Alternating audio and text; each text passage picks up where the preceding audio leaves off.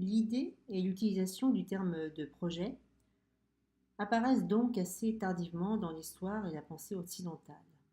On parle de projet au XVe siècle et le terme n'aura son acception moderne que quelque temps plus tard.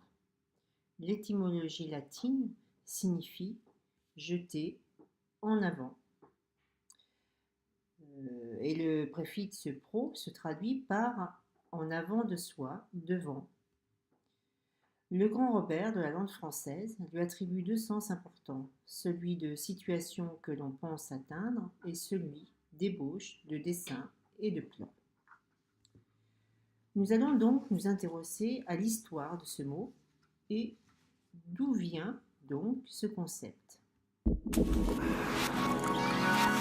Il se lance dans la construction de ce dôme alors que la technologie de l'époque ne le permet pas. Qui est l'homme qui parvint à réaliser un édifice aussi audacieux? Qui était cet orfèvre qui dit « J'ai la solution et la technique ».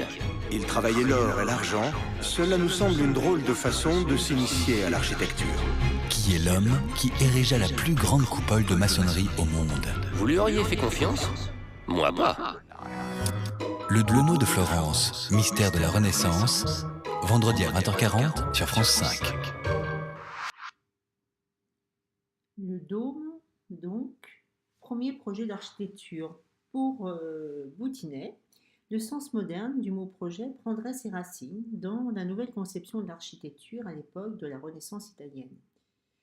Si on revient un peu en arrière sur l'histoire du Duomo, on se rappelle qu'il fallait achever cet immense chantier sur l'emplacement de l'ancienne église Santa Reparata. Parce que les Florentins, par rapport aux autres villes proches de Florence, comme Pise ou Sienne, pensaient qu'il leur fallait une église qui montrait leur puissance. Donc cette église Santa Reparata, commencée en 1296 par Arnolfo di Cambio et agrandie en 1351 par Francesco Talanti. À Florence, tout le monde connaissait bien la forme finale du dôme à pans coupés sur plan orthogonal à réaliser. Depuis 1367, une maquette du projet a été exposée au public dans une des ailes de la basilique en voie d'agrandissement. Déjà à cette époque, un concours avait opposé deux groupes d'architectes.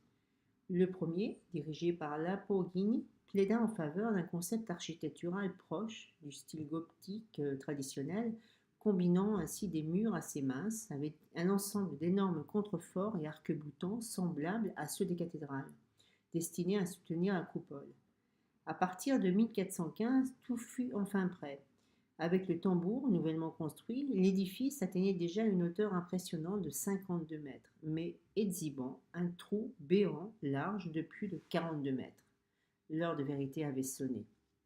Antonio di Tuccio Manetti, auteur de la vie de Filippo Brunelleschi, qui a connu Brunelleschi de son vivant, raconte d'autant plus que les maîtres d'œuvre s'inquiétaient déjà de la difficulté d'avoir à construire une voûte si large et si haute.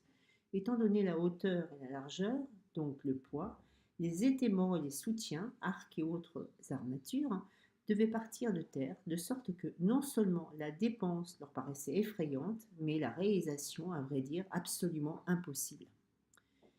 En examinant aujourd'hui toutes les solutions créatrices que l'infatigable Brunelleschi aligna pour résoudre les problèmes scientifiques dans les domaines de la physique, de la géométrie, des machines et des matériaux, sans parler des problèmes politiques, financiers ou de la formation permanente d'une main-d'œuvre impliquée dans l'élaboration de technologies révolutionnaires, on doit mesurer la part de courage et de détermination sans laquelle les meilleures idées ne restent que rêveries.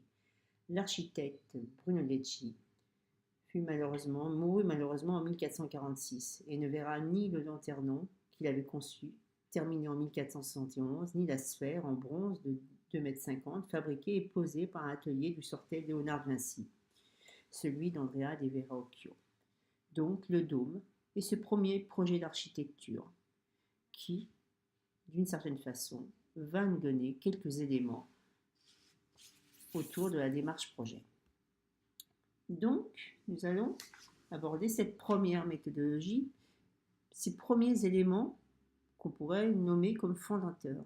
Donc, une réponse à une commande sociale, nous l'avons vu dans le dôme, c'est-à-dire qu'il y a un problème, une société qui fait une commande. On a un projet d'un acteur personnalisé, un problème à résoudre et analyser, c'était le cas du dôme. On avait des réponses possibles, ce qui était montré dans les différents concours. Un traitement séparé du chantier, c'est-à-dire qu'on avait à un moment donné un dessin, des maquettes, des propositions, des croquis, des nouvelles formes de travail, des méthodologies et un processus.